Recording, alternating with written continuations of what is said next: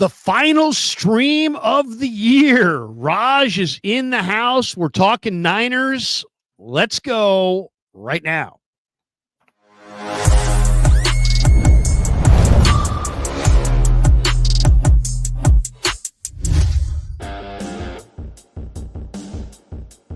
All right, we get it rolling on the Krug Show, brought to you by Pig and a Pickle, the best barbecue in all of Northern California. Check them out. They're in Emeryville. They're in Corte Madera. They're open 7 days a week from 11 a.m. till 8 p.m. Pig and a Pickle, the best barbecue in all of Northern California. We're also brought to you by Sharp Corner Sports Cards and Collectibles. They're in Pacific Grove, California. Go say hi to my good friend Anthony Catania. If you're down there along the Monterey Peninsula, I love my good friends at Sharp Corner Sports Cards and Collectibles. And, of course, we are also brought to you by Better. And I don't have my read. You know what? I've screwed this up 3 ways already, Raj.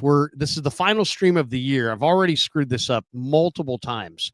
I don't know if you can tell, but I've also got – we're brought to you by Better, but I've got a stream from – there we go. Hey, finally. Wow. That's amazing. But we are brought to you by Better, the daily fantasy sponsor of the Krug Show. We love Better and all the good people at Better. Sign up at Better, and we are making sure I don't have the read in front of me. I'm really not prepared today. But make sure that you sign up at Better, and everybody who does sign up automatically is in the drawing to win the Ricky Pearsall autographed jersey, which will be given away. Ricky Pearsall will be given away on Super Bowl night, Super Bowl Sunday, Super Bowl 59. The postgame show that we do that night, we will have a little raffle for everybody who signs up for the Ricky Pearsall jersey. So sign up at Better. With us. And of course, thanks to Better for being a proud sponsor of the Krug Show. We love Better. Better is amazing. We've had a lot of success with them all year. Now I've got Kev in the background monitoring me, but I don't have my Better read in front of me. But do sign up at Better, and we're loving Better. They're the daily fantasy sponsor of the Krug Show, and they are absolutely fantastic. And there's the jersey. There's the Ricky Pearsall jersey, autographed by Ricky Pearsall. And on Super Bowl 59 night, the postgame show, we will auction that off. So everybody sign up at Better. We love Better. Make sure you use the code Niners when you sign up. Niners, Niners, Niners, and you're automatically in the drawing to win the Ricky Pearsall autographed number 14 jersey. Boom. All right, let's talk a little bit about the game last night, Raj. And it was a really, really entertaining game. I think if I was ESPN, it was on ESPN, I think, right? Monday Night Football. I would have been really satisfied with what I got out of that performance. I got the iconic Niners, albeit, in a down year. And I got this Lions team that's thoroughly entertaining. And the Lions scored, 27 points in the second half and come from behind and beat the 49ers 40-34. It was a very entertaining game. Brock Purdy played great until he didn't by throwing 2 interceptions. Other than that, you take away the 2 Purdy interceptions, and he was spectacular. But that's not what you can't take away the 2 Purdy interceptions. And it is held true all year, the stat that I've been talking about, which is when Brock Purdy himself turns the ball over, either via a fumble or an interception, the Niners don't win. And when he doesn't, they don't lose. And that's held true all season long. I think the Super Bowl might be the only game that he actually turned it over and they lost. Other than that, when he doesn't turn it over, they win. And when he does turn it over, they don't win. I mean, it's really as cut and dried as that. What was your takeaway on this game? It was 40-34. There were no punts. The 49er defense could never stop the Lions at any point. The Niners ran for 4.2 a carry, but Jahmyr Gibbs ran for 6.5 a carry. And Pearsall had his bust-out game. 8 catches, 141 yards, and a touchdown on 10 targets. George Kittle caught all 8 of his targets for 112. Juwan Jennings made a number of big catches, 7 for 67 yards. And Garendo, 34 yards rushing, 65 yards receiving, nearly 100 yards on on 13 touches. That's pretty good efficiency. Debo looked good as a return man. And Nick Bosa played his ass off. Lenore played well, but it wasn't enough to beat the mighty Lions, who, to me, don't look like they have a good enough defense to win a Super Bowl. But what's your takeaway on last night's game? Yeah, no, it was a fun game to watch. Honestly, I mean, the season's basically a throwaway. The season's done. We're not playing for anything, but it's definitely entertaining. For a Niner fan, I think a lot of people that watching this game, they just thought they were going to get blown out. And honestly, it gave us a lot to kind of be optimistic about for the future. There were some seeds that were planted here, and I'll get to those in a minute. But overall, yeah, it was a fun game to watch. I wasn't upset that they lost because I think obviously we already know the season's over. So it's like you don't have expectations. The fact that they came out and they fought and they didn't lay down, they gave the Lions everything they had. They played with heart, Larry, and I was really happy to see that because they could have laid an egg and said, all right, whatever, just score 50, roll over. They didn't. They didn't roll over. Like, there's still a lot of issues on this team. They lost. The same self-inflicted wounds that they've done all year came back again, like Brock Purdy and his interceptions, Jake Moody and his miss. Like, that was bad. Like, we saw some things that the Niners really need to fix, and they were very obvious, like things we've seen all year. The special teams, the O-line play, although it was a patchwork O-line, but it's still an issue that they had to, handle. But on the flip side, Ricky Pearsall burst out, like you said, 141 yards. That was amazing to see. This is why they drafted him, and we see the talent with him. So it was nice to see him have that connection with Brock. If Brock's your guy, you need to have him have a connection with Pearsall. So that was nice. Garendo, like these younger players have really stepped up this year. And that's the theme because the Niners are going to have to draft well. They're going to hope that these, younger guys that they keep getting turn into something. And this draft class looks like they may have, because they're going to get rid of a lot of guys, Larry, this offseason. It's going to be a changing of the guard. It's going to be a lot of players that aren't going to be on this team anymore. But these younger guys that are taking those roles, it's nice to see that they're probably going to be able to step in and fill those roles. So, Renardo Green had some nice plays. I mean, I know he gave up the touchdown, but he's played well this season. Dominic Puni, he let up a sack yesterday, but he's played well this year. So it was very promising in that aspect. George Kittle, Hall of Fame tight end, adds to his career resume, 4th career season with 1,000 yards. This guy, I think George Kittle might ask for a contract extension this offseason. It's something not a lot of people are talking about, but I don't know. I mean, he might want to ask for more money. He should. He deserves it. But good to see Kittle tear it up. So, yeah, overall, I was pleased with the game, and there were some positive takeaways from this game. And Nick Bosa was an absolute dog. No doubt. No doubt. Okay, so for me, to me, the big positive in this game was the 49ers in the red zone. I mean, the 49ers have been a circus in the red zone this year. Not in this game. They scored touchdowns in the red zone. They were 3 for 3 in the red zone in the first half. They looked really good. I think they wound up being 3 for 4 in the red zone for the game. But they looked good in the red zone, which was great. That was great to see. Pearsall looked great. Kittle looked great. Brock Purdy, I thought, for the most of the game. I mean, at halftime, he's completing 88% of his passes. Had a perfect pass rating. For 377. He had a beautiful rushing touchdown where he saw the lane and took off and ran. I thought Brock, outside of the 2 picks, looked really, really good, but those picks obviously matter. So there were those things that stood out. I thought on the defensive side, I was looking, in this game, I was looking for a couple different things.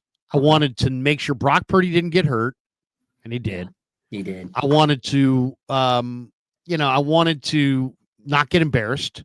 To me, I like the number 1 goal, don't get Brock Purdy hurt. Number 2 goal, don't get embarrassed on national TV. And I agree with you, Raj. I mean, you can sit there and rip Shanahan, not you, but people can sit there and rip Shanahan all they want and say he's not this and he's not that, and he's lost coming from behind, and doesn't come from behind in the second half, and he blows all these games, and he should have done this, he should have done that. But to me, the one thing you got to say is Kyle Shanahan's teams whatever you want to say about him, they play hard. Now, do they play hard for him, or do they play hard, period, for, are they playing hard for Lynch? Are they playing hard for themselves? I don't know. I can't tell you that. I don't know their intention. All I know is they play hard. Yeah. This game is a perfect example of that. What I was looking for in this game was I wanted to see Brock stay healthy. I wanted to see them avoid the blowout, not get embarrassed. But I also wanted to see who was going to fly around on defense and special teams like it was a playoff game, and because that tells you if you're flying around in week 17 like it's a playoff game, you're all about it. You want to play all about team, You're about football, and those are the guys that we want. Those are the guys that you want to keep. Okay, so who and to me, you're going to see it on offense, but you're really going to see it on defense and special teams.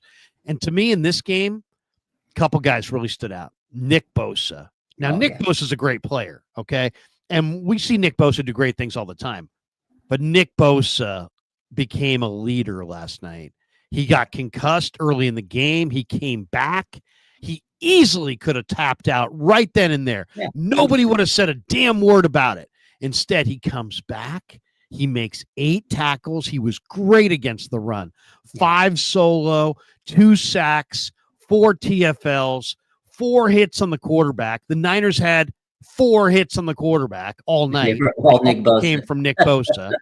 Nick Bosa, I mean, he played with his hair on fire. It was awesome, man. It was incredible to watch. That, to me, was one of the biggest bright spots of the night was Nick Bosa. And I asked him about it in the postgame. I'm going to play it for you right here. This is the postgame. I asked Nick about it, and I gave him a little bit of a compliment as well because I don't normally do that, but I just felt it was appropriate. This guy balled out. I don't know what his gear is here or what his garb is, but he's got a Jerry Garcia hat or something. Who knows? But here you go. Here's Bosa from the presser last night. It seemed like you really kind of led the way tonight as far as the intensity. How would you evaluate? I know you got dinged early on. How would you evaluate your game tonight? Yeah, my goal was just to come out, play as hard as I could. It was a little weird last week for the first time in my career playing a game that doesn't necessarily mean anything in terms of playoff contention, and I kind of had to check myself and this week come in with a mindset of every game matters, and we need to put the best product out there that we can, and that's what I try to do. I mean, that is a downright expansive answer from Bosa. Yeah. I mean, that's like that's the longest answer I think I've ever gotten from him. But no, he played amazing. I mean, he was freaking amazing. Okay, that's one. D. Winters was another one. 8 tackles, 3 solo, playing fast, big hits. D. Winters had a couple of smacks, big time hits, and I made notes in the column. I'm like, wow, D. Winters came to play because I'm taking roll. I'm taking roll because if you show up in week 17 and week 18 in a losing season, you are a keeper, my friend. And those 2 guys are absolute keepers. And the third one, and you probably remember this play, and I don't remember where exactly it was, but that play where Jahmyr Gibbs got loose, headed towards the Lions sideline, and Malik Mustafa was literally on the Niners sideline, and he sprinted all the way across the field, the fastest I think I've seen any defensive player run all year, and he tracked him down. Hustle, baby, hustle. That was desire, hustle. Malik Mustafa is him. Malik Mustafa is real, man. Yeah. That guy can play for me every day, all day, man. So Winters, Bosa, and Mustafa, major positives. I was very impressed. As far as negatives, once again, the wisdom or lack thereof to play Brock Purdy behind an offensive line that had 3 starters out. I mean, we're not just talking about 3 starters out. We're talking about guys that signed like 2 days ago. And a couple days ago. Yeah, and you played Brock Purdy. Now, Brock Purdy wanted to play. I mean, you could tell you were going to have to fight Brock Purdy to have him not play, which makes me feel good about Brock. But the same way you got to protect guys from themselves, you should have protected Brock from himself. And people sitting here today saying, hey, Krug, relax. The MRI came back clean. What? That's your comeback, is why the 49ers were okay to risk the health of their starting quarterback in week 17 because the MRI came back and it ultimately proved to not be serious. I mean, talk about a weak argument. That is the weakest of weak. Yeah, imagine if it didn't come back clean. I mean, what That's the whole point. I mean, that is the point. The point is he had an MRI after a game in week 17. And I understand it's football and you know, but it's different when it's your quarterback and you cannot protect him. And that's the situation they got in. And then to me, I blame Kyle Shanahan also. This game was close for a lot of the game. Yeah. And then at the end of the game, as soon as the Lions pulled away, Kyle abandoned the run completely. They had 16 straight pass plays, the 16th of which I think, the interception came on. And they just got real predictable. And Kirby Joseph took a deep, instead of actually playing coverage, he's like, I'm going to take a deep drop, and I'm going to read the quarterback's eyes, and I'm going to break on the ball. That's all he did, and he broke on it for fun. It was the easiest interception he's ever had, that second interception from Purdy. And to me, I blame Purdy because it came out of his hand, but I blame Shanahan as well. This was the game where if you wanted to start Brock, to me it was ill-advised, but as soon as the game got out of hand, get him off the field. What are you doing? What are you doing? You're down multiple scores. It's jailbreak time in the quarterback, and you're now going to put your quarterback in. I mean, it's one thing to say we didn't want to give away the week. We started our quarterback because we need to develop Ricky Pearsall, and okay, you did all these things, but now it's the fourth quarter. The Lions are going to the playoffs, and it's an epic team. They're 14-2. You're having a bad year. You're 6-10. Put it away. Put it away. Instead, no. We're going to pass every down. We're going to put the quarterback in harm's way. And they got lucky. They lucked out on Brock Purdy not getting hurt. They did. He could have had a major injury, and I thought the same thing. The moment there was injuries have been mounting all season, but when the O-line started getting, Aaron Banks is out, this guy's out, everybody's basically out, and you go sign, Heck and Pleasance off another team's practice squad, that's when you're like, okay, we can't throw our franchise quarter. If you're committed to paying Brock Purdy big money next year, regardless of what you think he deserves, all that's a whole nother argument. Regardless of that, the fact that you're risking your quarterback for a meaningless game because you want to make sure you go out there and you compete with the Lions, and like Kyle Shanahan said on the weekend, I want to end their chance of being the number one seed. That's why you're playing Brock Purdy. They're lucky that he didn't get a serious injury, but he did get hurt. And yeah, he says it's okay. And Kyle does downplay a lot of injuries. So they could just be saying this right now, but there's going to be a contract negotiation. And let's not be naive and think this injury doesn't affect that injury, that discussion, because Brock Purdy's had a few injuries over the years. He's gotten hit. Can he take the hit? That's going to be a bargaining chip for the Niners and say, hey, you get hit. These injuries are mounting up. So I'm sure that's going to be a bargaining point. But they're lucky he, escaped from that injury. You did mention a couple of things as far as defensive players. I want to kind of talk about those as well. But overall, I know the Niners played good and we're positive. We're talking about the positive things out of this game because, again, season's over. But I will say this, Lions defense is shredded. They're playing like a lot of third stringers. So they're playing with the injury. So I take some of this with a grain of salt because Niners were just letting it all hang out. There was no pressure. They played the game of their season. Like Kyle was calling a good game. This is the best game I saw Kyle call all year. But again, not a lot of pressure on him.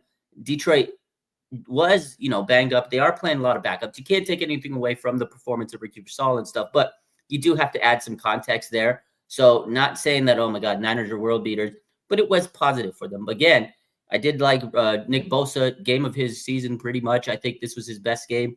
And it's nice to see him mature. He played a lot through injuries this year, and I know he was down on himself, but for him to say that he had to change his mindset that every game matters, that's big of him to say that. Like, I like that answer. And Nick Bosa, he could have just packed it up and not played the rest of the season because a lot of players did, right? And they said, hey, we're just going to shut down this guy. But Nick wants to prove, he's worth that money. He's got a big contract. A lot of people hate on Nick Bosa because, hey, he's getting all this money. He doesn't do anything. He silenced that crowd last night. I like D. Winters. Problem with him, Larry, is he just has to be able to stay healthy. He's a guy that I think has a lot of talent, but every game I see him, he gets hurt. He's kind of he's a little reckless. He needs to kind of fine tune it and dial that down because he's good, but he's going to get himself hurt out there, which he does every week. He's always on the injury report, but I thought he was really impressive last night. He's definitely better than Devondre Campbell. They probably should have been playing D. Winters more through the season, but again, a lot of injuries he had.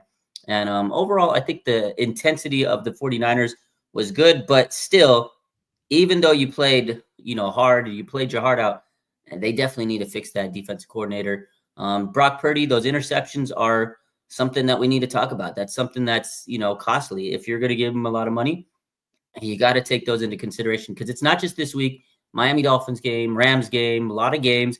He's been in position to put this team ahead, and he throws those picks. And I know he's had good first halves, but you have to close the game out. So then the argument becomes, is it Kyle Shanahan? Is it his play calling? Is it Brock? Is it he's limited? Do teams have the adjustments to make on him? And is it just the O-line? There's a lot of factors there. Like you can fix the O-line, and then if Brock still does this next season, that could be your answer. So there's a lot of questions in my mind about Brock and the whole, payment. How much is he worth? 60, 50, 40?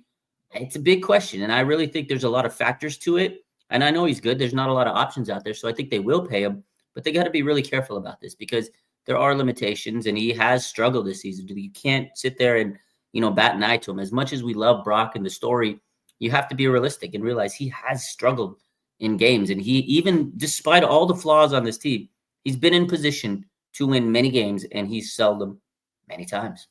His decision making this year has taken a step back, and his decision making is a big part of his value proposition. We'll talk more about Purdy here in a minute.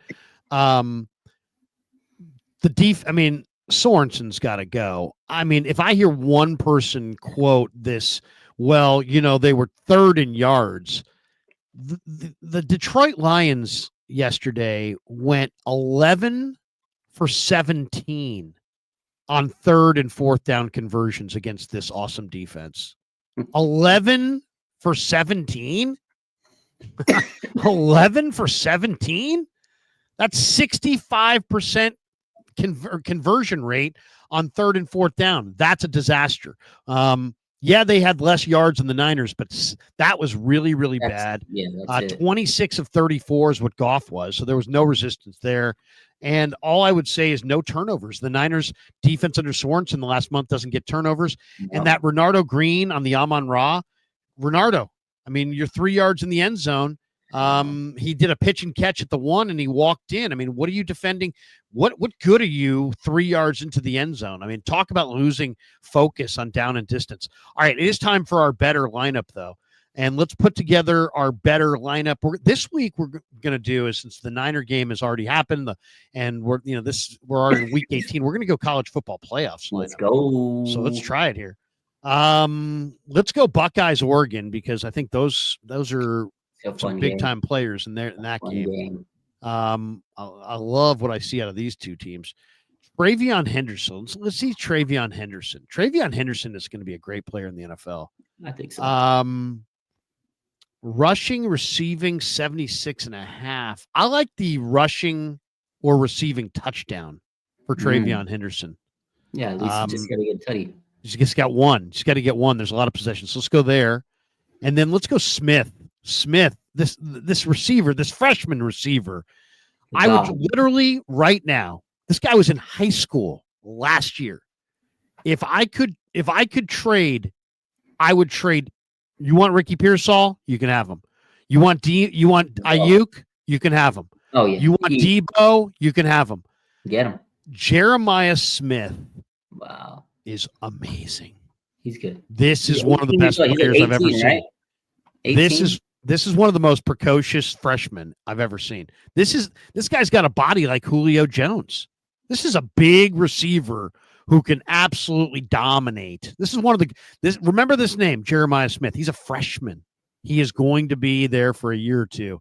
And man, he is special. I'm going Jeremiah Smith with an anytime touchdown there. Rushing or receiving half. Yes, he gets in the end zone for sure. for sure. All right, so we got those two. Do we have to go to Oregon, or can we switch games altogether? I think we can Can we probably go to switch another games. game? Texas game? Let's go to Texas. Let's Mm. go to Texas ASU. Mm. You want Quinn Ewers? Wisner, the Wisner. running back, is Wisner's a dog. that guy's a beast. He's a He beast. just. I don't like Ewers. If they're smart, they'll play. I think ASU's going to win this game. By the way, You think so? Oh wow! Upset, I like Larry. ASU. Upset. I like ASU with pull the upset here. Oh, ASU's better than people think, and We that guy got to make Cam it friendly, though. Scatabo or Skatabo, whatever. well, Skatabo. He's future 49ers running back. Skatabo. Calling it right now. You like him? Absolutely. Kyle likes him. What do you think? Do you want to go? What do you want to go with there? Let's Do you take the running backs. You want to go with You want to go with Skatabo? Let's do it. Let's do it. Okay. What do you want? You want receptions, rushing attempts, Rushing rushing, receiving yards, longest run, longest catch. He's more of a. Is he an explosive guy? I don't know a lot about Skatabo. He's kind of like a CMC. He's like a Swiss Army knife kind of guy. Let's go the rushing yards. If Arizona State has a chance, they got to run the ball against. Okay, 24 rushing yards. Let's go Skatabo to get 24 rushing yards. Yeah, let's do it. That's easy money. Can we do one more here? Let's do one more. Let's go back. Let's go to Georgia. Let's go to Georgia Notre Dame. Woo! Georgia Notre Dame. Fun one. And I'm looking for my man Julian Love. Julian Love is a big time player, man. This guy's real. He's a dog. Julian Yeah, Love. He's good. He's good. Let's see.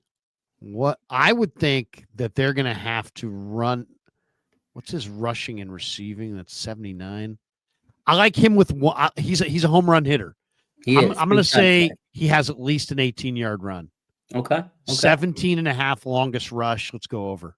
Oh, over on the 17. I like it. Yep. So let's do it. That's our wager. We're going Travion Henderson with a touch. We're going Scatterborough with let's see. What do we got? Let's see our breakdown here. Take a look one more time. There we go. Henderson with either a rushing or receiving touchdown. I love that. Anytime. Okay. Smith with a touchdown. Love that. That's happening for sure. Yeah. Skatabo over 100.5 rushing yards. That's a big number, but I mean, that's big number. He can do it. I think he can do it. And then we'll go with Julian Love with an 18-yard run or more. Let's go. All right. Let's see what it pays. It's going to pay. It's going to pay fat. It's going to be it's 10 to 1. 10 to 1. $10 to win 100. Sign up Twitter. Everybody who does, the link is below. Sign up and click the link below. Everybody who signs up is automatically entered into the drawing to win the autographed 14 Ricky Pearsall jersey, which we will be giving away on Super Bowl Sunday. Super Bowl Sunday, on the post game, we will have the Ricky Pearsall jersey to potentially give away. Thanks to Better for being the title sponsor, or I should say the sponsor of today's Krug Show. And we love Better, the daily fantasy partner of the Krug Show. All right. That was the good and the bad of the game. I want to play a little bit of John Middlecoff. John Middlecoff, I really enjoyed John. He does a nice job. And he talked a little bit about Brock Purdy, and I know you want to get into Brock Purdy. I do too. And here's John Middlecoff. He's got doubts about extending Purdy. And I know a lot of people do. So let's get into this. We'll play you John's comments, and then we'll react to it. Here's John Middlecoff, who used to be with Haberman and Middlecoff and is now working for The Volume. Here we go. I like Brock Purdy too. But before we even discuss money, let's just discuss his play. He has been a turnover machine in the second half of these games. And for whatever reason right now, Brock Purdy over the middle of the field is just not a reliable passer. But like when we talk about Brock Purdy's skill set, he clearly has talent. He clearly is a solid player. Decision-making is going to have to be a huge part of his game. And one of the knocks on Purdy coming out, part of the reason he fell to the 7th round wasn't just his physical limitations, is because his last year in college, he was throwing picks nonstop. And you watch him down the stretch, like the Niners, they were 6-9 coming into this game, but like just a couple weeks ago, they were in it with the Rams. And he's just become a turnover machine. And it's a problem. And when we talk about this huge amount of money, like I just think how could you not be concerned? Honestly, how could you not be concerned? How could you be comfortable giving him this type of money when this is what's going on? There you go. A little bit of John Middlecoff on the Third and Out podcast. So let's talk about this because it is interesting that, what are we talking about? We're talking about a player who a year ago was 4th in the MVP voting, led his team to the Super Bowl. But what John says is accurate, which is that he has been a turnover machine in the second half of these games. And I think the whole thing is clarifying itself in that, is Brock Purdy a good quarterback? Yeah, he's a good quarterback. There's no question about that. And is he an elite quarterback? Is he in that top tier? No, he's not in that top tier. And that's clear also. So does he belong with Mahomes and Allen and Lamar and Joe Burrow? No, he doesn't. He's not. And he's not a future Hall of Famer. And he's not an all-time great. He is a what I think is a top 10 quarterback. I consider him a second tier quarterback who's a top 10 guy. But I also think that you can't pay him $60 to $65 million at the top of the scale when it's pretty clear that he needs the surrounding cast. I mean, has last year to this year been any more clear? Last year, he had a terrific surrounding cast, and they went to the Super Bowl, and he played really well with a ton of poise in the NFC Championship game under pressure, and he kind of proved himself. Then he went in the Super Bowl and really played well and took the best quarterback of his era to overtime, and they lost the game. But I don't think they necessarily lost because Brock Purdy wet the bed or anything. He played well enough to win, and I think he's good enough to win with. But he's not going to be able to be like, jump on my shoulders and I'm carrying you, which is also why you cannot pay him $60 million. You can't pay him $60 million. You can't pay him $65 million. Why? Because he needs the surrounding cast. Look at what happened this year when he doesn't have weapons. Now, this year was a little bit different because it's not like some teams have lesser weapons, but they still have top tier guys. The Niners had great weapons, and then they had nobody. Now they're leaning on guys like Ronnie Bell. Their weapons this year. Last year they got 40 touchdowns from their top 3 guys. This year they've gotten 2 out of their top 3 guys. That's a huge drop back. So you can't pay him 60 to 65 million because you need to preserve that cap room in a cap sport so that he can have a surrounding cast. I would say to him very, very, to his agent, Kyle Strongton, I would say to him, hey, look, Kyle, here's the deal. Does Brock want to, what's Brock's career goals? Let's start our conversation right there. What are his career goals? Are his career goals to win the most rings, or is his career goal to make the most money? And I won't fault you. Just be straight with me. And if he said, hey, his career goal is to win the most rings, then let's get a contract that compensates him fairly and commits to him, but also gives us a chance to build around him so we can win a championship. Because if we're paying him $65 million, I don't think he's going to like the line that he's playing behind. But if we can make him, for closer to 50 million in that range, he's still handsomely compensated, more than he ever dreamt of, I'm sure. Mm-hmm. And we can, the same way that the Eagles build a team around Hurts, we can build a team around him if he stays closer to the $50 million range. Yeah, and that's where that's the conversation I would have. I'll say this though.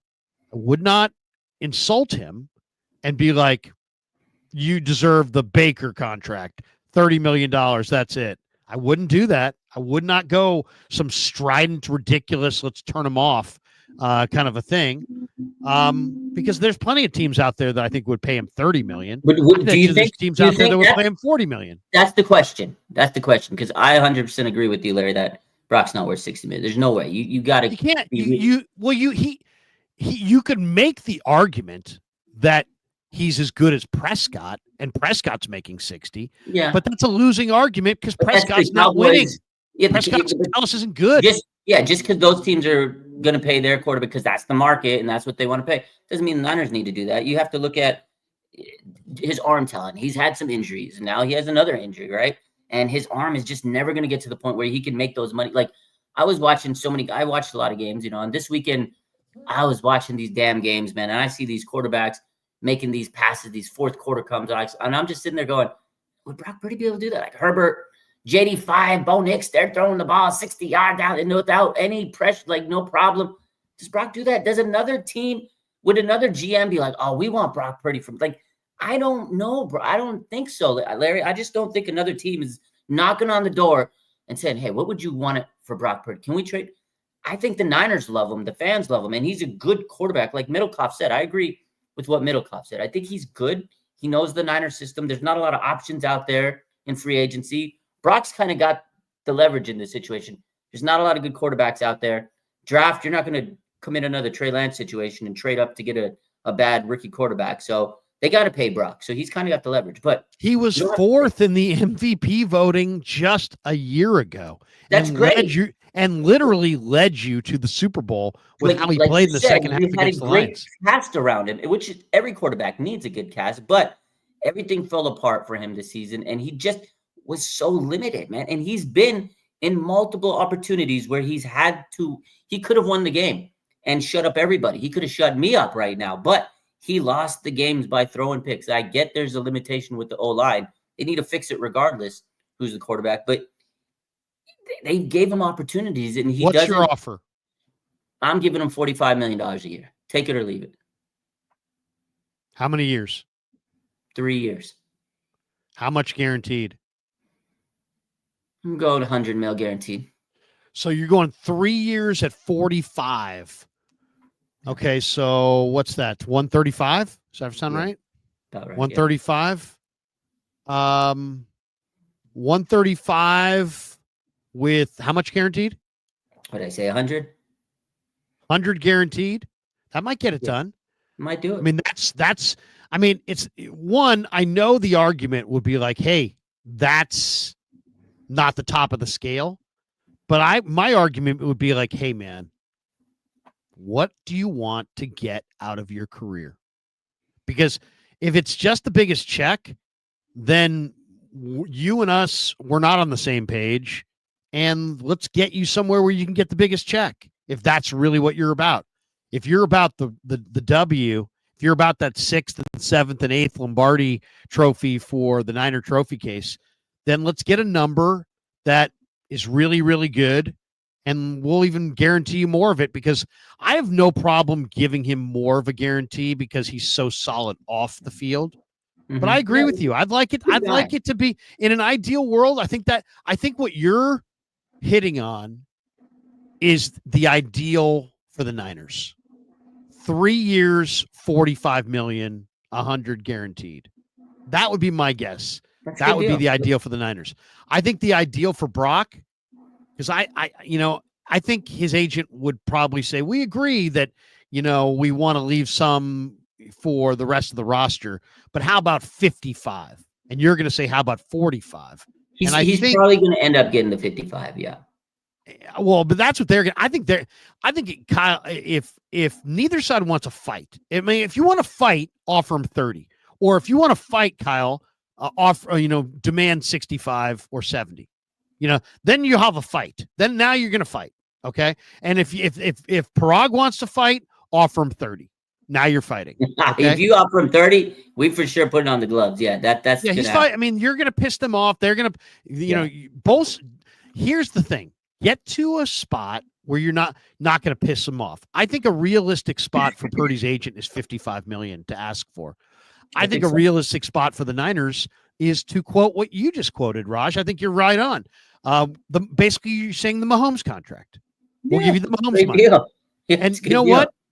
The Mahomes contract, since all the contracts are bigger, that might actually get it close to done. But my guess is that Brock's agent is going to ask. He's going to say, "Hey, we want to play ball with you guys. We don't want to insult anybody. We'll take 55." And I bet you anything, the Niners will come back with, "Hey, man, we don't want to insult you either, but how about 45?" And I think they settle on 50. And I think it's 3 years. What's going to happen? Yeah. My guess is 3 years, 150, 100 guaranteed. Round numbers. I think so. Round numbers. So. I just hope they don't drag it out, because we know at the end of the day, drag it out. Do not drag it out. Don't drag it out. We can't have a holdout. No, quarterbacks don't win in the NFL in the years they hold out. You don't want to. We already saw what happened this offseason with holdouts. With the quarterback, it's even worse. Like, I'm not going to sit here and debate if they're going to pay. Like, I know they're going to pay Brock. Again, there's not a lot of options out there. I'm not saying he's horrible. He's just not elite. There's limitations, but this is your quarterback, okay, for the next couple of years, because there's not a lot of other options. He's good. They can win with him. He needs to work on his decision making, and I think Kyle also has to kind of go back to the drawing board and realize there's certain things that we need to do to make him successful. Like, they didn't do a lot. How about build an offensive line and get him some better weapons and some better speed?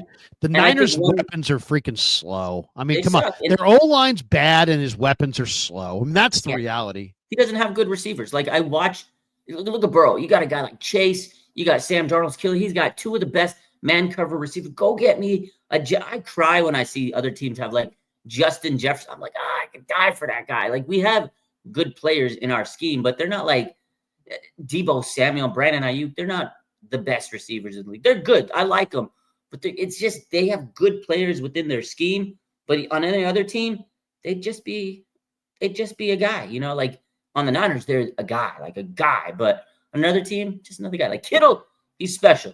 Get him the ball more. But I like what I saw of Purcell. Maybe he could kind of develop a little bit more. I think the big loss this year was not having CMC. Like, he changed everything. He made Brock Purdy 10 times better than he is. And I think that's a huge loss. If the 49ers it wasn't just, I agree with you. It's not just the loss, though. It was the loss and then what was coming next behind Ayuk. To me, like, their receivers, I mean, Pearsall and Cowing, they drafted them. They want them to be the future, but they weren't ready to step in for Ayuk. Yeah, for sure. And so it wasn't that you just lost Ayuk and you lost Ayuk and you didn't have anybody. All right, let's and John Mondragon says Brock Purdy 6-11 in his last 17 games. Stats are facts. Stats are there. People are right. Yeah, I mean, and I think it's what's very important is that they sign him, and what's also very important is that they get the right price, because the margins are going to matter. It does make a difference between paying him 45 and paying him 60. I'd much rather pay him 45 than 65. But I think if you said, where do I think it's going to go? I think it's going to go to 50. I think it's going to wind up at 50. And they always say a good negotiation, both sides leave unhappy. I think 50 is $5 million too much for the Niners. I think 50 is probably $5 million too low for his agent. I think 50 is going to be the number. We'll see. And somebody said, what about incentives? I would love it if I could throw games played incentives in there, because I do have some concerns. I mean, I've got some concerns about durability because now of this elbow. And also, I'll say this too. If the Niners are going to have this idiotic, we don't care about the O-line stance in the middle of the biggest O-line era of all time, where all the best O-lines are in the playoffs, they may want to, Forster and Shanny might want to get together and say, maybe we should actually, I don't know, prioritize the O-line. I like Shanahan, I like Forster, but this, we're going to draft more receivers and we're not going to draft O-linemen. How's that working for you? How's that doing? Yeah. Would you rather have Zach Frazier right now, or would you rather have, Ricky Pearsall? I think that's a pretty easy answer. Okay. Larry, someone said that they can throw in a pig in a pickle coupon for his incentives. By the way, this is me yesterday. I don't know if you saw this. Here's me yesterday bitching about this is in the pregame, I think, or was this? But man, I forget. This might have been today, actually. Let's see. I forget if it was today or not, but anyway, here it is. Here is yours truly bitching about Brock Purdy playing behind this terrible line. In my mind, it was reckless and unwise to put Brock Purdy out there behind Austin Pleasance and a bunch of guys that you just signed a couple weeks ago, and nobody seemed to think it was that big of a deal. I've seen Shanahan on 3rd and 15 run Juszczyk into the line instead of dropping his quarterback back to pass and maybe getting 15 or 20 yards. Why? Have they never had a 20-yard pass play? No, he's playing the odds that negative things can happen. If you're going to measure risk reward on 3rd and 15 in a random game, why the hell would you put your starting quarterback out there behind 3/5 of a makeshift line against a really good team? There's a point when you lose connection on the scoreboard and you no longer have offensive balance. And that's what the Niners did. They had 16 straight passes. When you have 16 straight passes, the D linemen are no longer playing the run. They're all just shooting upfield, gearing for the sack. Once the defense is in that mode, get him off the field. And for nobody on the Niner headsets to say, Kyle, let's get our starting quarterback off the field instead of potentially getting him seriously hurt. No, we have to get him seriously hurt. And this tire fire of a fucking season is that much worse. Woo! So, there you go. Spicy, man. I was spicy. All right. Dick Sherman weighs in on another topic. And this one is also very frustrating.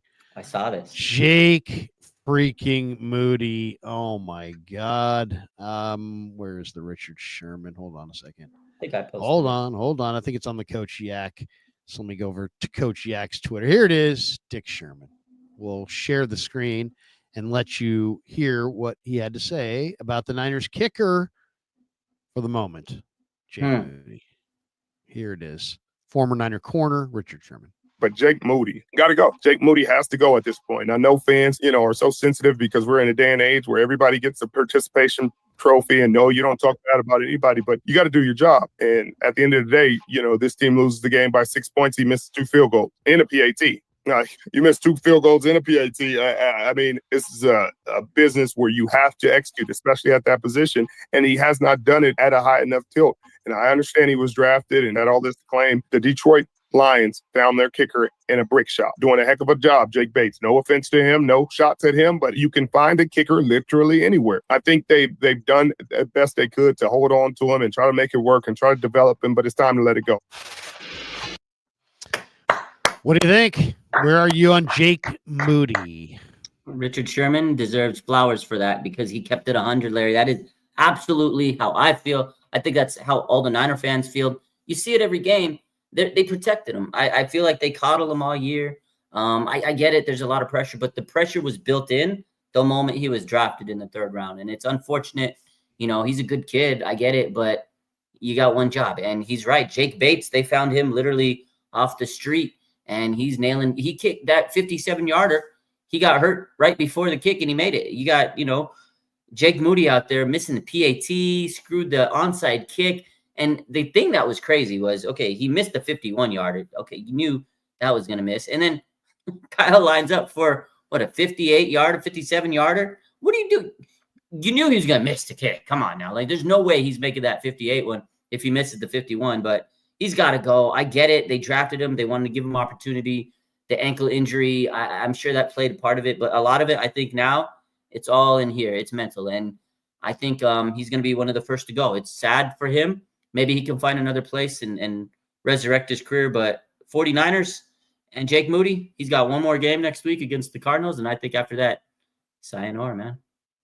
Yeah, I mean, I don't even know what to say about this one. I mean, it's just so ridiculous.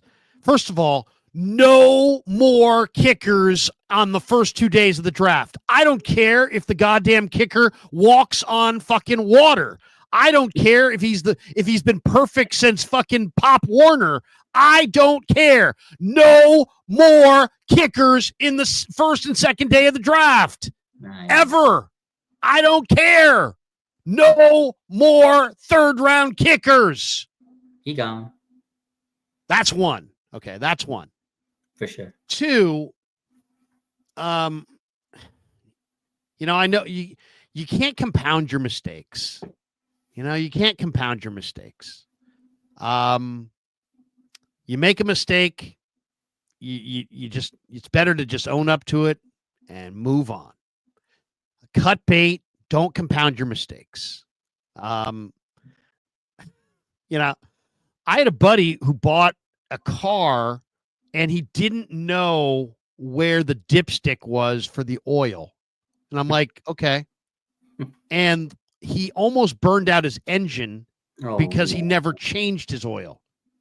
I said, well, dude, so now he's like, can you help me with my car? I'm like, pop the hood. I'm like, where's your dipstick? He's like, I don't know. I go, well, how did you check your oil? He's like, I haven't.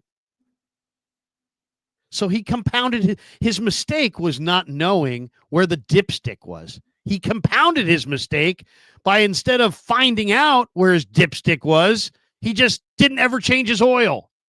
And he almost ruined his car, almost smoked out his engine. And I said, dude, you're a damn fool. And he's like, don't compound your mistakes. You made a mistake. You drafted a kicker in the third round. Don't compound it by costing yourself multiple seasons of games because he's not the right guy. And Shanahan's concerned about, well, I once coached a kicker who we cut, and 3 years later, he was the highest paid kicker in the league. Guess what? We'll chalk it up. You know what? If Jake Moody goes on to the Colts and becomes a kicker who's great for the next 20 years, so well. Oh, well. Yeah. So be it. Good luck to him. It didn't work out here. Maybe he just likes Indianapolis. I don't know. Maybe he has to kick in a dome. I don't know. I don't care.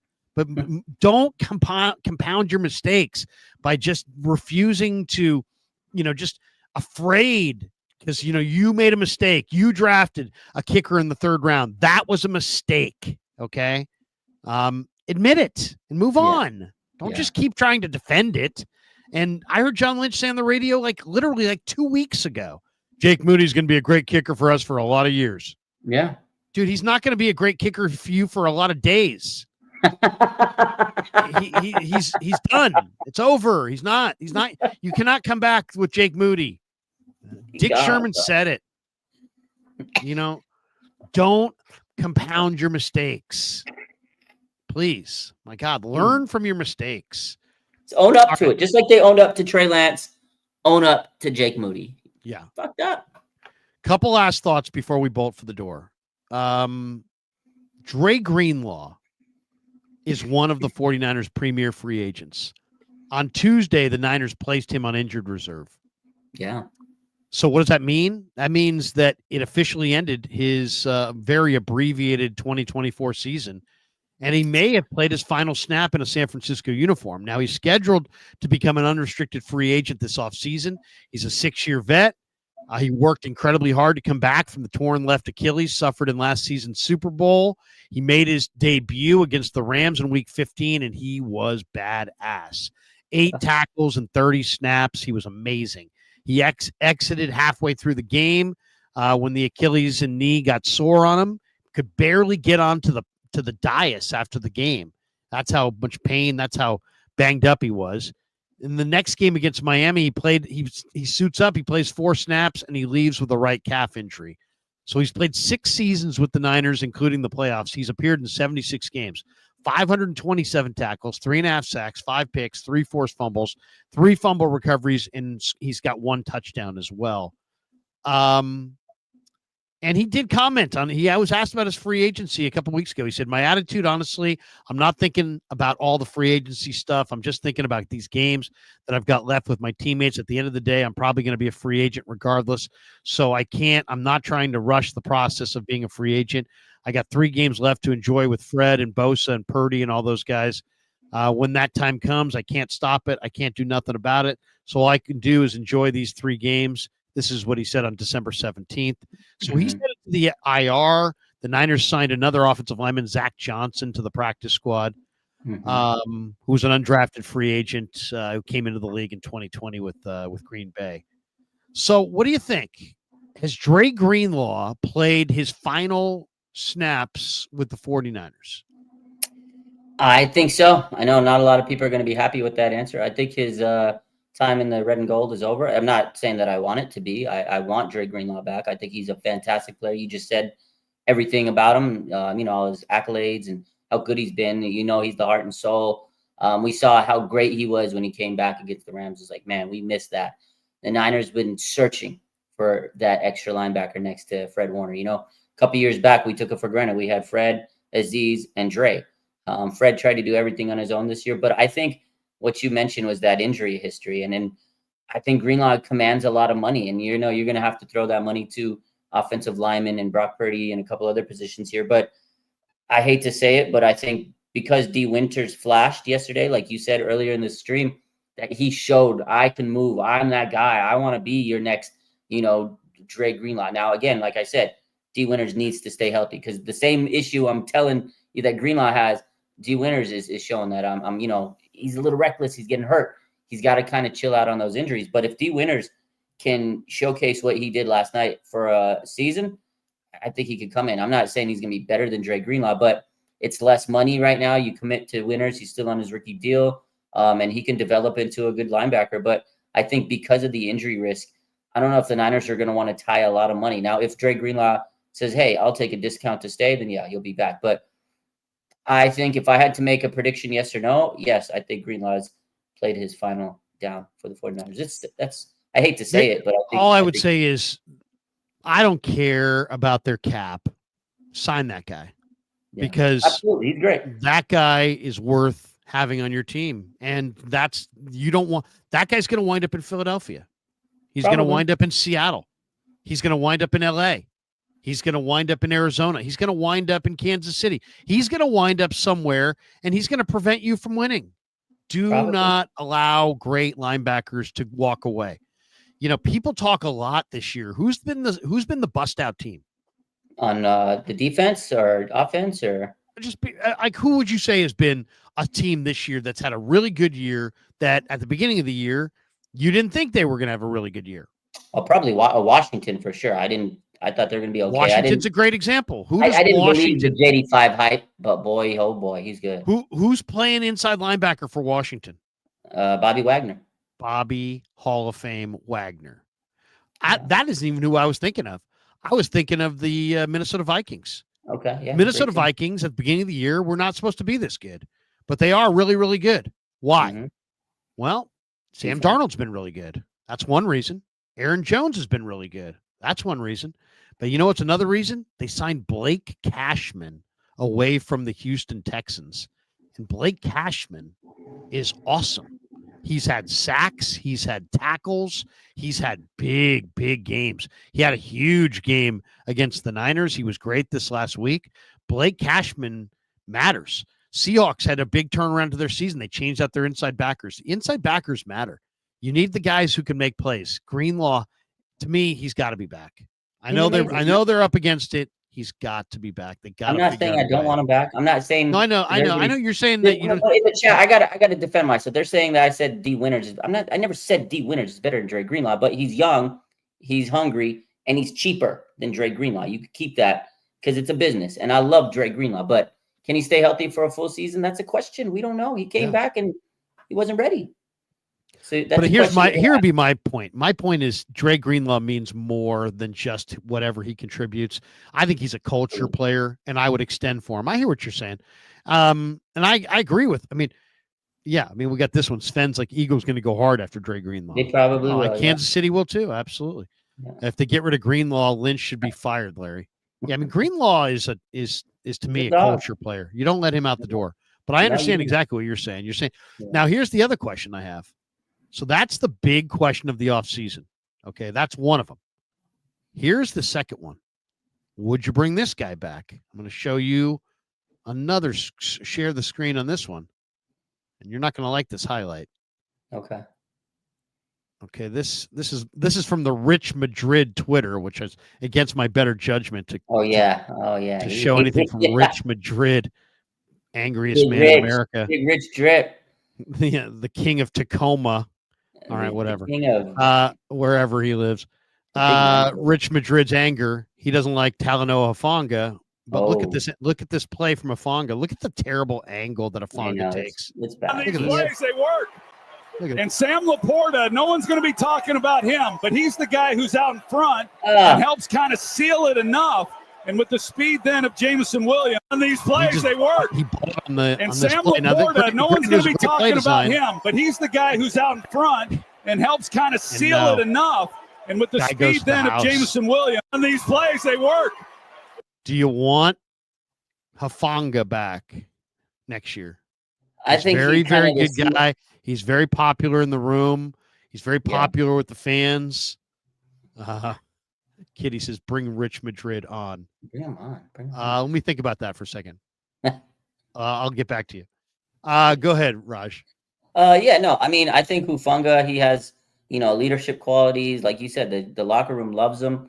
I think they could bring him back on a 1-year deal.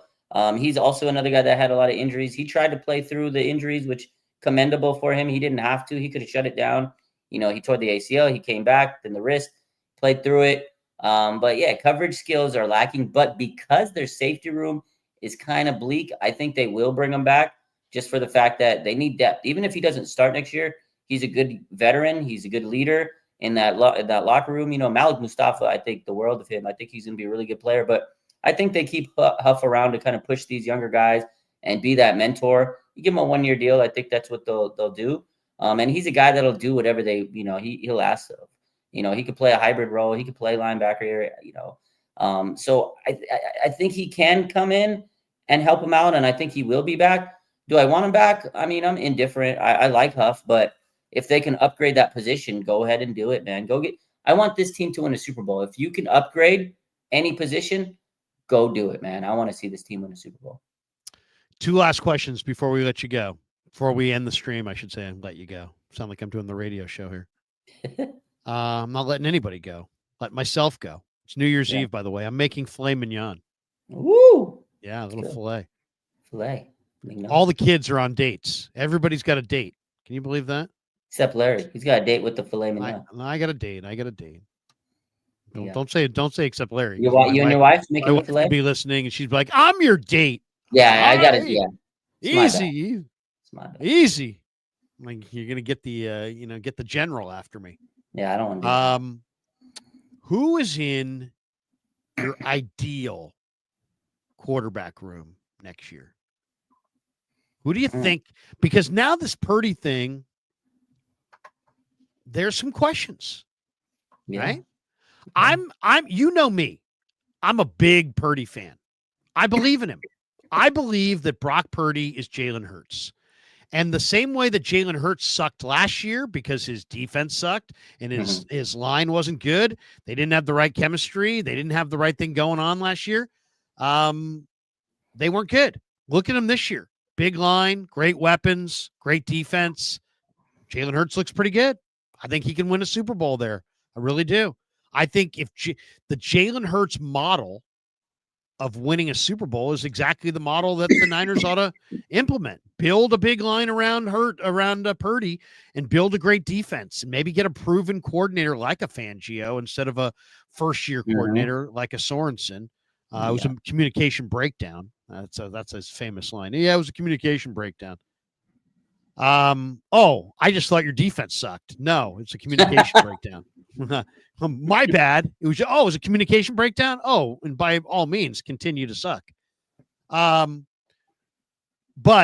who is in your ideal quarterback room? Because knowing what you know about Purdy, that you don't want to pay him at the top of the scale, you do want him back, but you have questions about him.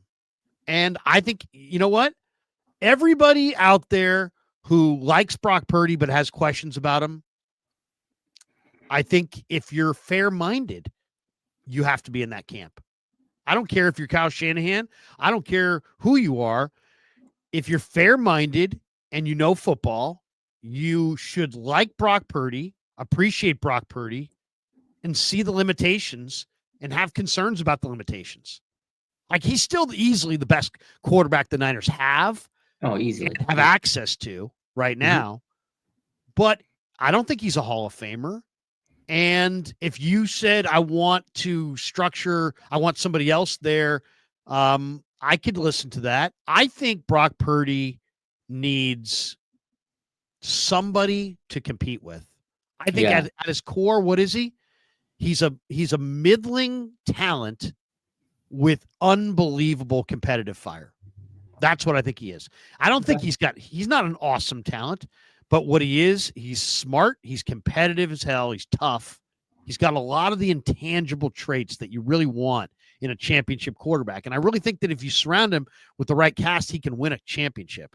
So I really like him. But I also think he is a competitor. And if you take away that competitive spirit by just giving him the job and not having anybody who can do the job in the room like they had this year, I think you're not getting the best out of Brock Purdy. I think Sam Darnold did bring more out of Brock Purdy last year. And I think Brock Purdy needs to be challenged. And I think you pay him, but I also think you surround him with other talent in the room. Give me your ideal quarterback room next year, and I'll give you mine. Okay, so that's a good question. And I actually like Dobbs, but I don't think Kyle does. I mean, at this point, after he came in yesterday, he was QB2, and then he's still undecided on who the hell QB2 is this coming, or QB to start against Arizona. It's like, why are you having this debate with yourself, Kyle? I don't think Dobbs is going to be back next season. That's my take on it. He's done. I mean, he has 3-11 career. I hear what you're saying, though. He looks better than Allen. And that's really all we're saying. And I think if he would have been given the opportunity to play against Green Bay, I don't know if they win it, but I think it would have been a way better game. That's all I'm going to say. But so he's out of the table. Brandon Allen, if he's anywhere near this roster next year, Larry, I'm going to riot. So those two guys. He's just not good enough. He's just not good enough. Those two guys are out of the picture. But the guy that's already on the roster that I like and I'm intrigued and I want to see more of, Tanner Mordecai. He's QB3 next year. Okay. So now that brings me to who the hell is going to be your QB2? Obviously, Brock's the guy. He's your starter. You got Tanner Mordecai. He's your young guy that's going to learn. Who is the QB2? And that, to me, is the big question, because I think there's a slew of veterans on the market that you have to get. I don't think you need to go get a rookie. Maybe you get a rookie, you could develop and put him on the practice squad. He could be the new Tanner. But I think it has to be one of these guys. It's either Danny Dimes, it's Kirk Cousins, or Zach Wilson. I don't care which one of those three. One of those guys. Now, Kirk Cousins probably the best of them. I know people are going to give me shit because he's washed. He's got the Achilles. Well, he's good backup. Believe me, it's always about Kirk Cousins. Saying anything about Kirk Cousins, I know. It's all about when you say it. If you said it after he played the Niners on that Monday night game, people would say, "Hell yeah, Kirk Cousins is awesome." Remember that game? That was amazing. But if you say it right now, it's like, "Oh, dude, Kirk Cousins is awesome." But he's a good. I think he's in between too. Kyle likes him. So if anything ever to happen to Brock, I think Kirk Cousins could come in and run the offense because Let's just say you could get Brock for what you want. You want him at 45. Let's say you could get him at 45. What do you think you could get Cousins at? I think at this point, 5? Because he's probably like 30, 25. 20. Oh my God, no. Yeah. So you can't have him. Why would you even throw that out then if you thought he was going to make 35? You think they would have a $35 million backup quarterback? They might. They may be $10 million at this point in his career. He might take 10, like Sam Darnold did last year. I thought Sam Darnold made 5. Or was it 10 last year? Did he make $10 million last year? Or maybe he got paid or 10 million this year. I know he was making a decent amount of money to be backup. I thought it was 5, but maybe you might be right. Maybe it was 9 or 10. That's interesting. So you have Tanner Mordecai, Brock Purdy, and either Zach Wilson, Kirk Cousins, or Daniel Jones. One of those guys. I know people don't like those guys, but that's your backup quarterback. You want your backup quarterback to be somewhat good, decent. I don't know. How come Zach Wilson and not Fields or Mac Jones? I feel like Zach Wilson kind of similar to Sam Darnold, right? He kind of was on these middling teams. He had bad coaches. I think Zach Wilson, maybe now he's at the age, he's a little bit more mature. I think if he had the right opportunity, he might be able to fix himself. Again, he's a backup. I think he'd be a serviceable backup with Kyle. I mean, nobody thought Sam Darnold was going to be a decent backup, but look at his story. He's completely changed it. MVP candidate, maybe bottom MVP candidate, but I don't know. I kind of wouldn't hate them, at this point as a backup. I know Justin Fields. I was, I wanted them. He does not. Justin Fields. No, he's not. No, he doesn't see it. He doesn't see it. He's so fast and so athletic and so talented, but he just doesn't see it. He's not a natural quarterback. It's like it takes him longer to see it. Yeah. He makes some amazing individual plays. He's a great athlete. Like, he's fantastic. 4.4 speed. And he's got a very good accuracy. Yeah, but he just doesn't. He's not a quarterback. It's not. It doesn't happen fast. Like watching Russell Wilson step in for him is like night and day. I mean, Russell Wilson's like worlds better. That's interesting. Okay, my quarterback room, Brock Purdy, Tanner Mordecai. Mm-hmm. I kind of like the idea of Kirk Cousins as the third guy. Why? Because third guy. Or as the second guy, I mean, as a third name, as I'm mentioning. Obviously, Mordecai would be number 3 as the second quarterback. I kind of like it. I don't like it at 20 million. Okay. I don't like it. I don't like it at that much. But here's the thing: if you could instead, how about this? Instead of Brock at 55, how about Brock at 45 and Cousins at 10? Now you get the room taken care of. Then Brock's now you get the. Now if Brock doesn't play well, you got a guy you can go to. Yeah. That's the whole point. You know what? I really believe, I really believe this, that the 49ers have a very comfortable situation right now, and I think that's a problem. Everybody's too comfortable. Jed told us last year that he was okay with the Niners losing to the Lions in the NFC Championship game last year, that he would have still viewed it as a successful year. So as far as I'm concerned, Jed needs to up his standards. I know you're making a shit ton of money, but be a better competitor. I'm not saying you got to be Eddie D, but you can't tell the media that you were okay with losing to the Lions in the NFC Championship game as the number 1 seed at home. Crazy. I mean, where's your competitive fire? So Jed, you need to be uncomfortable. Lynch needs to be uncomfortable. They need to go hire themselves a John Dorsey as a consultant for this draft because they cannot fuck this thing up. That's number 2. Shanahan needs to be more uncomfortable. And Purdy needs to be more uncomfortable. And Sorensen needs to be more uncomfortable. Sorensen needs to be gone. Everybody needs to be more uncomfortable or gone. Jake Moody needs to be more uncomfortable. If you bring him back, it's got to be a competitive situation. And Brock Purdy, you know what? I like Brock Purdy, but the 49ers can't give away future seasons anymore it just didn't work out. So that's the route I would go. And I'd say Kirk, because one thing I really liked this week is I liked what I saw from Cousins in that game where it was the Falcons and the Commanders. Every single time between series, Cousins is over there with Michael Penix, talking with his hands, motioning. Kirk Cousins, I think, could be a really, really great backup quarterback. And I think he might even be a great guy for Brock to watch film with. I think, Kirk Cousins is a tremendous person, and he's made a ton of money. I guess my question is this, Raj. Do you think there's a starting job out there for Kirk Cousins? Or do you think there is?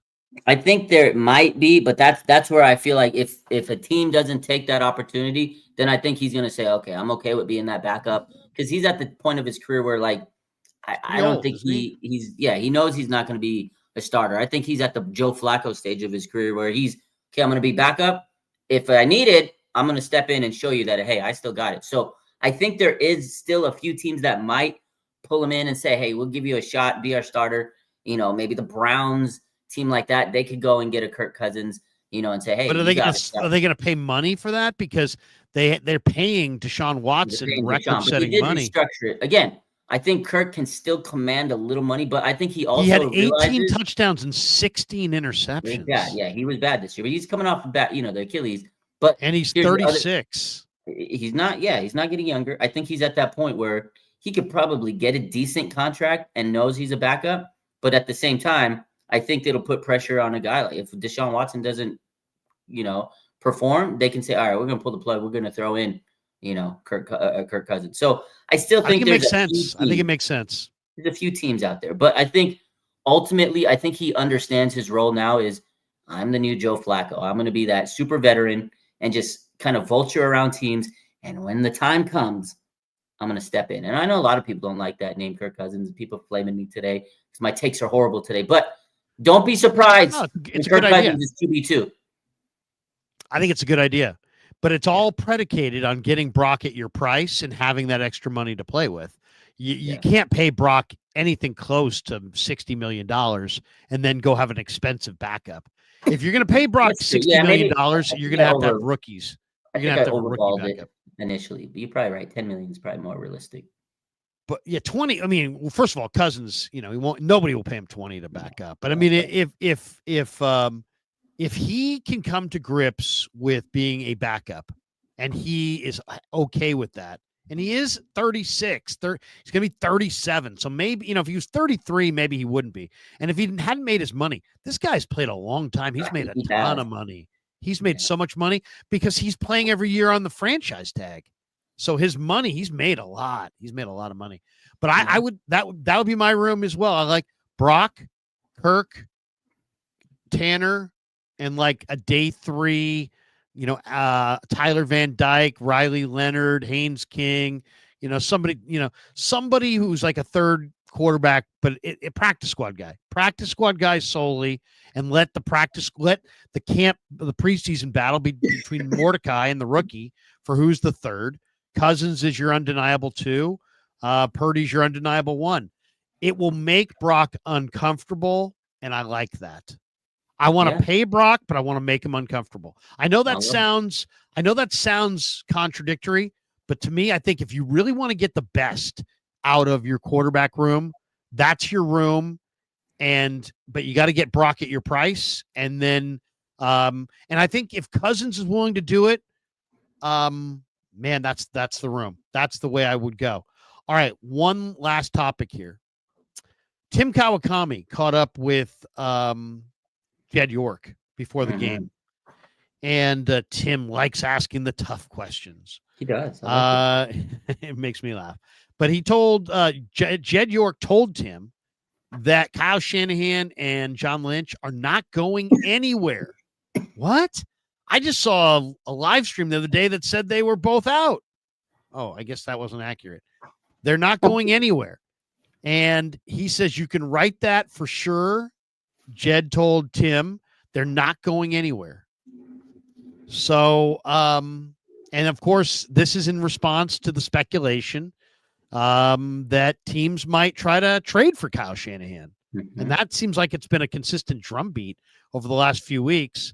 Adam Schefter reported Monday the 49ers are not interested in trading Shanahan and that the coach isn't interested in leaving San Francisco. So the Niners don't want to trade Kyle. Kyle doesn't want to be traded. And it doesn't sound like there's going to be a trade. No. But anyway, what do you make of Jed York? The Niners fell to 6-10. It's their first losing season since 2020. They've reached the NFC Championship game 4 times under Shanahan, as well as 2 Super Bowls in 8 seasons. But they haven't been able to get it done. They keep running into Mahomes, and Mahomes is the best player of his era, and he keeps beating them. So what do you make of Jed saying Kyle and John are back for another year? What do you think? I mean, I think at this point he had to give him, that vote of confidence. At this point, it's end of the season, coaching season turmoil, coaching carousel, all that stuff. That's the time of the year, and there's going to be a lot of rumors, which there were. So I feel like it was appropriate for Jed to do that and say what he had to say. Because again, speculation. I know Niner fans are upset because we want to see this team win, and you just came off a Super Bowl appearance and all these great years, and it's frustrating. But I think obviously they both of them got extended the last couple of years, and I think at this point Jed's saying, hey, we're going to stay with this team. We're going to bring back Brock, so they're committed to Brock and this team. Kyle and Lynch, this is who they're going to bring back. So next season, I think there's a lot of optimism because there's a Super Bowl in Levi's. They got a last place schedule, cupcake schedule, potentially depends on how those teams improve themselves. But I can't see a lot of those teams being really good. So potentially 49ers have an opportunity with Kyle and John, and they were brought here to resurrect this team and win a Super Bowl. And now if next season they can't make the playoffs or they fall short, I think then you have to really look in the mirror and say, hey, look, dude, we had a cupcake schedule. We invested in the quarterback you wanted. We got a lot of changes. If they go in this offseason and really resurrect things and retool things and do all the work and it doesn't work again, then I think you really have to pull the plug and or at least question if you're going to pull the plug on this regime, because maybe they won't, be able to win a Super Bowl. But a lot of teams over the years, they've kept quarterback or coaches for a long time. Like, look at the Steelers. Mike Tomlin's had a lot of success. Now, granted, he's been to the Super Bowl and won it and stuff. But, year after year, he at least has a winning team. And that's all you can hope for. You're at least hoping that you're competitive and give your team an opportunity. So I think next season is a big year for this regime. And, they're going to stick with their guys. I don't think they want to blow it up. I think they still have a lot of pieces connected to Lynch and Shanahan. You still have Kittle. You still have Fred Warner and Bosa. A lot of these guys were, original guys from, Lynch and Shanahan. So I think you give them this year, and if things go south, you got to go back to the drawing board, Larry. Yeah, no, I think you're right. I think that's fair. I think that's reasonable. And I think you're spot on that. I mean, I really do. I'd love to disagree and have a more juicy final stream of the year, but no, I think you're right. I think you're absolutely right. Which also lends more to my point of what the fuck, Kyle Shanahan, what are you doing with Brock Purdy? Next year does mean, Raj is totally right on, next year is your go year. Next year is your pivotal year. And why would you risk Brock Purdy not being there? Yeah. In your pivotal year, but who knows? Kyle Shanahan, there's people that have, I don't know. I mean, there's all kinds of people with all kinds of thoughts on this, but there you go. That to me was my thought. Why play Purdy at the end of the year when if he gets hurt and it's a year-long rehab and he's not there in week one, you potentially could start your make it or break it year by not having Brandon Ayuk or Brock Purdy. And all these guys are counting against your cap. I mean, it sounds like you're trying to win next year with one arm tied behind your back. All right, let's hit some supers, and then we'll jet out of here. Bill Kennedy says, "Do you think Purdy is injury prone?" No, I don't. I think he's actually pretty durable. I think he's been running for his life this year. I mean, the elbow thing in the Eagles game was freakish. I mean, that was just a freaky thing. He has been running for his life. And by the way, Brock Purdy is not a small guy. Brock Purdy is 6'1", 230 pounds. He's, this idea that he's like some wimpy guy. He's pretty thick. He's not the kind of guy that you sit there when you're standing next to him. You don't go. You can see he's not super tall, but 6'1.5", 227 pounds. He's not. He's not some tiny little guy. Sven says, off topic for later, do you see the Giants getting Sandy Alcantara or Pete Alonso or both or none? I think both. I think the Giants badly need another starter. Sandy Alcantara is being shot by the Marlins. He didn't pitch this last year because of the injury. He's coming off the TJ surgery. He's a number one starter. The Giants tried to get a number one. They couldn't get it done. I think they could probably trade a couple of lower level arms for Sandy Alcantara and get him from the Marlins. And I do think the Giants are going to go sign Pete Alonso. I really do. I think both those guys make a lot of sense. Frank Tom Ocean says, member for 10 months. Thanks, Frank. He says, shout out to the legend, Raj and LK. LK, you should do an end of the season stream with Cone and Dieter. That's interesting. At 11 in the draft, any early projections? Go Niners. Raj, any early projections? I'll say this. I watched Michigan today, and I've watched them quite a bit this year. Mm-hmm. Their defensive tackle, Mason Graham. Yeah, I was just going to say. Kind of like a Justin Smith. He's enormously strong. He's a former wrestler. He's just got amazing balance. The guy plays the game on his feet. He's a wrecking ball inside, and motor is just nonstop. So Mason Graham would be nice for sure. I think he'll probably go in the top 5 or top 6. So he probably won't be there for the Niners at 11. Kenneth Grant, who's his tag team partner, who's 6'3", 340 and plays really hard and has good speed at that size. He would be a guy that I'd be very interested in. But to me, my plan would be trade down from 11 And if I could trade down 5 or 6 times, I would. And I would see if I could get down into the late teens or early 20s. And I would probably take somebody like Walter Nolan, the defensive tackle from Ole Miss. I love Walter Nolan quite a bit from Ole Miss. He's one of my favorite players in the draft. So, that's what I would do. I would trade back for more picks and see if I could get into the late teens or early 20s, start my draft with Walter Nolan or Kenneth Grant.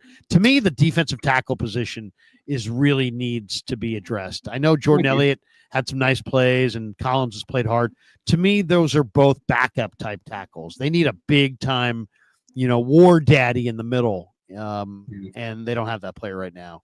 My guy on the draft, if the Niners can get Will Campbell, tackle from LSU, that's the pick. Will Campbell or even Josh Simmons from Ohio State? Those two guys are nice. And then I think Texas has a guy, Kelvin Banks. Yep. One of those 3 guys. If the Niners can get one of those 3 guys with that 11th big pick, Larry, tackle. Will be good. You like the offensive tackle idea? I need it because here's the thing: Colton McKivitz. Maybe you could be a swing tackle, Colton. I don't want you starting on my team anymore. But Trent Williams, there's a legit chance that he walks away this year. He retires. He's got nothing left to prove. He's had the injuries. He's had the adversity. I know he says he wants to play into his 40s and this and that and the other, but I don't know. We all thought Joe Staley was going to stick around for one more year, and he didn't. Go get Will Campbell. Here I know I've done already some extensive work on this draft. The guy that I really like at tackle, to me, the value play. There's a couple guys I really like, but the guy that I really like is Anthony Belton, who plays for NC State, and he's 6'6", he's 335 pounds, but he's got great feet, and they project him to go number 91 overall, so that's like late third round. I would go for a guy like Anthony Belton. The other guy I really like is Marcus Mbow, who plays offensive tackle for Purdue. And I like Emory Jones. You mentioned Will Campbell. Emory Jones is his teammate. He's 6'6", 320. They're saying he may go around in the mid-50s, which would be more of a second-round type player. But those are the guys I like. Emory Jones, Marcus Mbow, and Anthony Belton. Belton is my favorite. I think that's the real value there. And a lot of people like the guy Iriante Ursi from University of Minnesota. Yeah. Who's also 6'6", 330. But offensive tackle. Offensive tackle has to be addressed. We got this one from Jeff. Larry, watched any Walter Nolan? Defensive tackle could be our first-round pick. I love Walter Nolan. Ole Miss is a tremendous team. I love J.J. Pegues, who he plays next to. I love J.J. Pegues as maybe a fullback. But Walter Nolan is an interior player, about 305 pounds, but he's just awesome. He's got great speed, great hands, really, really productive, fantastic player. Very, very solid. That would be a plug and play kind of a starter for sure. Great one, 765. Trade Brock Purdy. Give Josh Dobbs another year and watch him make magic. Okay. Great one. He's 3-11. He's 3-11 career. 49er _ throwback. The defense only had 2 takeaways since the bye week. Yeah, I mean, it's like Nick Sorensen, everybody's like, oh, he's a good coordinator. Really? They don't take the ball away. Who said that? They don't stop the run. I've heard people say, well, they're third in yards allowed. Come on, man. It's one of the worst situational defenses of all time. They're awful on third down. They're awful in the red zone. I mean, they don't communicate. They had communication breakdowns left and right. You just saw the Lions you put a little speed on the field. There was like multiple broken plays. That busted coverage I just showed you of Williams busting on that was an incredible play, by the way. That was great. The lateral. I mean, that was the lateral. That was unbelievable. When I saw that, I was like, that was awesome. That was awesome. Blood Moon says, Amon-Ra St. Brown calling out All-Pro Fred on Instagram, shaking my damn head. Raj, this is your territory. Explain to me what's happening there. Yeah. So Amon-Ra.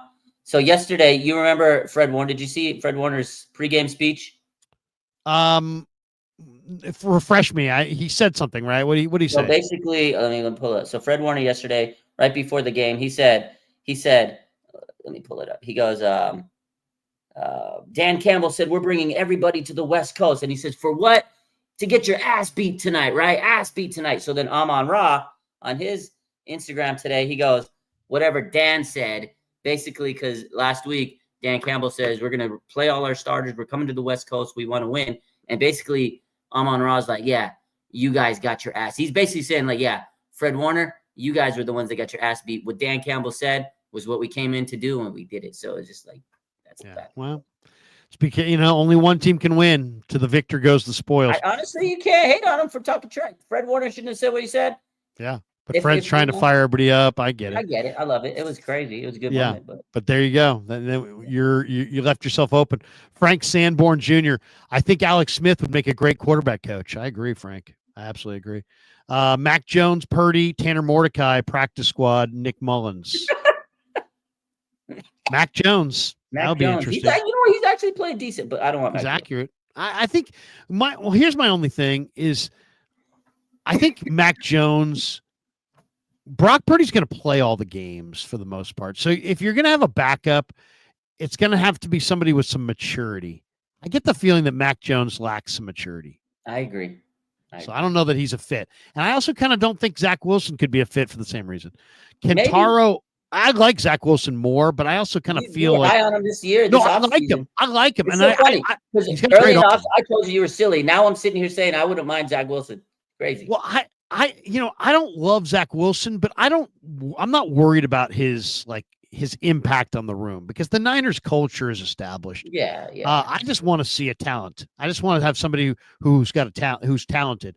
And Zach Wilson's got a lot of talent. So that's why I like him. I just wonder if he would be. Zach Wilson seems to me like he is ready to play right now. And Brock Purdy's playing. So you can't play. So I don't know that he'd be happy, and it might create tension.